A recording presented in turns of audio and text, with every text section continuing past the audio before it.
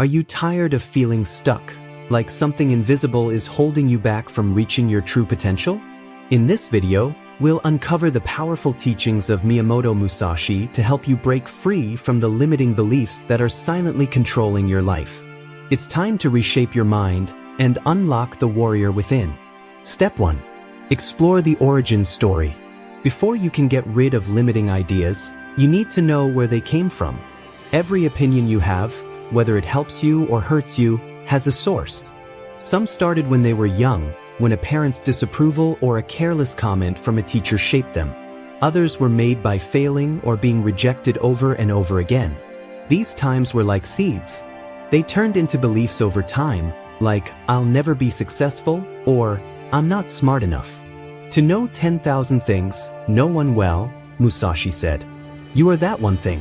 You can start to find the source of the idea by going deep into your own thoughts and feelings.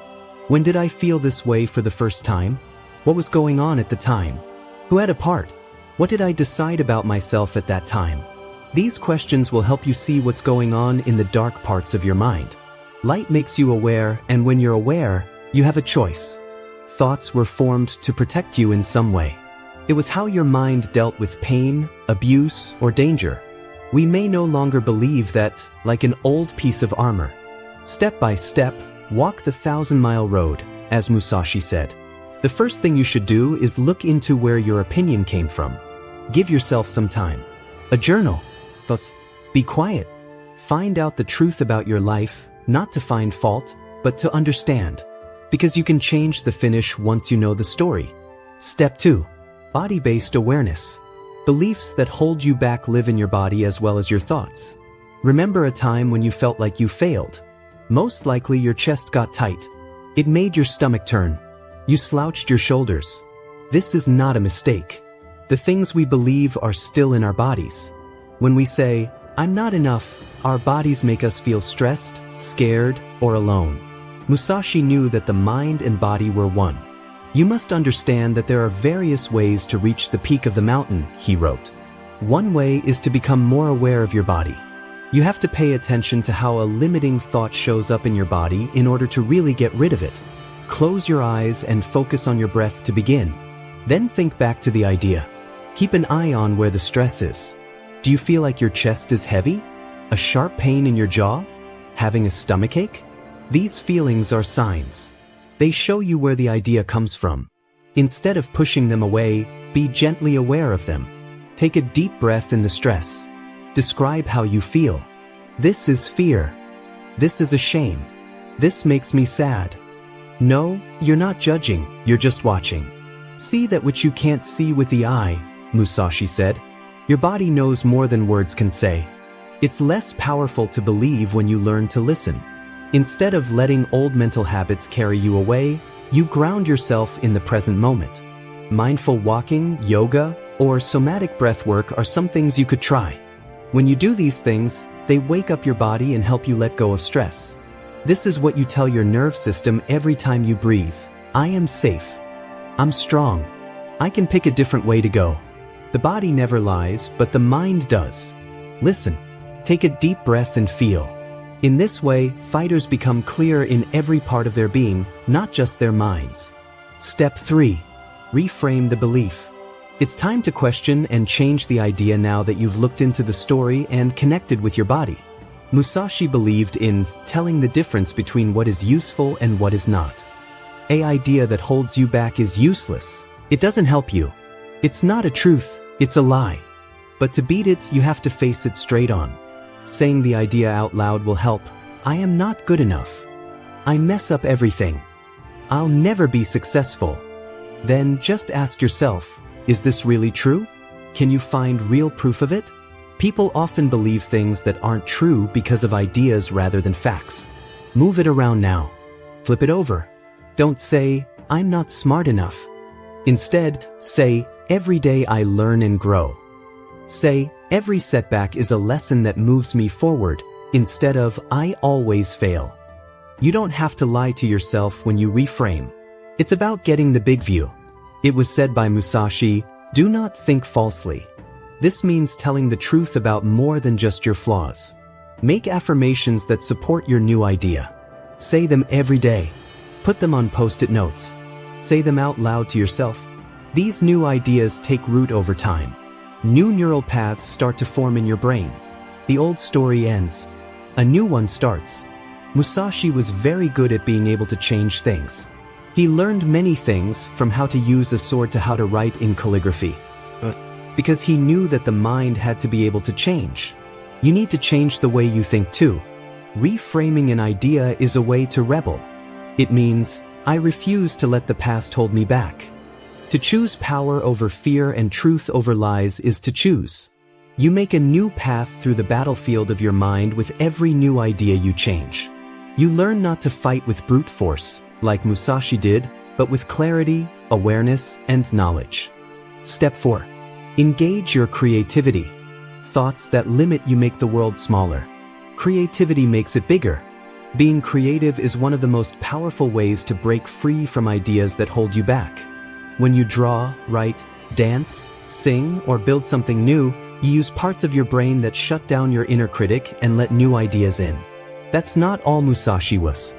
He was also an artist, author, and calligrapher. He thought that cultivating the arts would make the way more profound. He thought that creativity was an important part of being a warrior, not something different from it. You can connect with your true self when you use your imagination. The language of the mind is what you use instead of logic. This is where change takes place. Draw what you're scared of. Write yourself a letter. Let out your free spirit through dance. These things get around the mind's defenses and help you say things that words can't. And in that phrase, healing takes place. If your limiting thought is, I'm not capable, do something brave. Show that you're wrong. Make a board for your goals. Just write down everything about your dream life. Take on a job that scares you. Every movement you make with your body, every stroke of the brush, is a protest against things that hold you back. Know 10,000 things from one thing, Musashi said. You learn more about yourself, your power, your courage, and your truth when you do creative things. You are not the ideas that hold you back. You make things. A soldier. A man of ideas. That's what your imagination should help you remember. Feel free to make things. Freely say what you want. You break free more when you make things. Step 5. Find the hidden positive intention. Every idea, even the ones that hold you back, is trying to keep you safe. That could sound weird. Thoughts like, I'm not good enough, shouldn't be trying to keep you safe, right? But look further. This thought may have been made to keep you from taking chances, being hurt, or being turned down. It was a way for your mind to keep you safe. When you take a sword in your hands, the most important thing is your intention, Musashi taught. If intention leads action, then it's very important to know what your belief's hidden intention is. Think about it. What does this idea want to do for me? Would it like to keep me from failing? Does it want to keep my heart safe? Is it meant to push me to do better so I can get in? When you figure out this secret goal, you stop judging and start caring. You see that the idea is not your enemy, but rather a friend who is wrong about you. Now, ask yourself if there's a better way to meet that need. If the idea was meant to keep you from failing, maybe building resilience is a better way to do it. If it was meant to push you, maybe scare you isn't the best way to do it. Switch from the old approach to a new one that gives you more power. Honor the gods, but don't depend on them, Musashi would say. Give your mind the chance to help you, but don't let fear-based ideas control you. Finding the secret goal makes your inner resistance less strong. Don't fight with yourself. And when the war inside you stops, you have more energy to grow, act, and change. It's not time to blame the past. You need to understand it in order to get past it. Remember that every idea served a reason. However, not all purposes should stay. Thanks for the faith.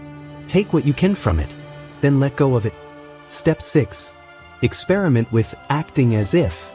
Miyamoto Musashi's theory stresses the need to train the spirit through action, even if the mind isn't fully ready yet. This means putting a new reality to the test, like believing something like, I am capable and deserving. To do this, you need to speak up in meetings, set bigger goals, and be willing to take risks.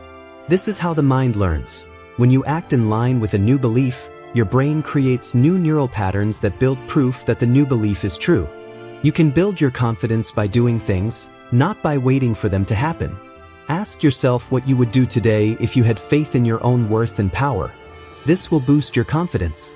If you have to, start small, but do it. There may be times when you feel resistance and doubt, but remember that you are picking a new future and breaking down an old belief. Musashi said that today is your win over the bad things you did yesterday, and tomorrow is your victory over other men. Every brave move you make and every time you pick the new idea over the old one is a win. At some point, you stop acting as if and start really being it. Now is the time to become the person you were always meant to be. Step 7. Radical self-compassion. It takes more than tactics to break free from limiting beliefs. It takes a lot of self-compassion. Musashi taught that discipline should never end, but he also stressed the value of balance and being aware. There is nothing outside of yourself that can ever make you better, stronger, richer, faster, or smarter, he wrote. Everything is inside. There is everything. Do not look for anything else. Being able to forgive yourself is part of that everything. In spite of your flaws, to love yourself. To be strong and gentle at the same time as a fighter. You might feel ashamed or angry when you find out about limited beliefs. You might wonder, why did I let this drive me for so long? However, blaming yourself is just another way that you hold yourself back. It keeps you in the same routines you want to break out of. Being radical about self-compassion means being kind to yourself the way you would be kind to a close friend. This phrase means, I see why I thought that. I did my best. Now I pick something else. Giving up the idea that you need to earn your worth is what it means. You are already good enough because you are living, growing, and trying. That's enough. It's not weak to be kind to yourself. Being strong in this way is the best.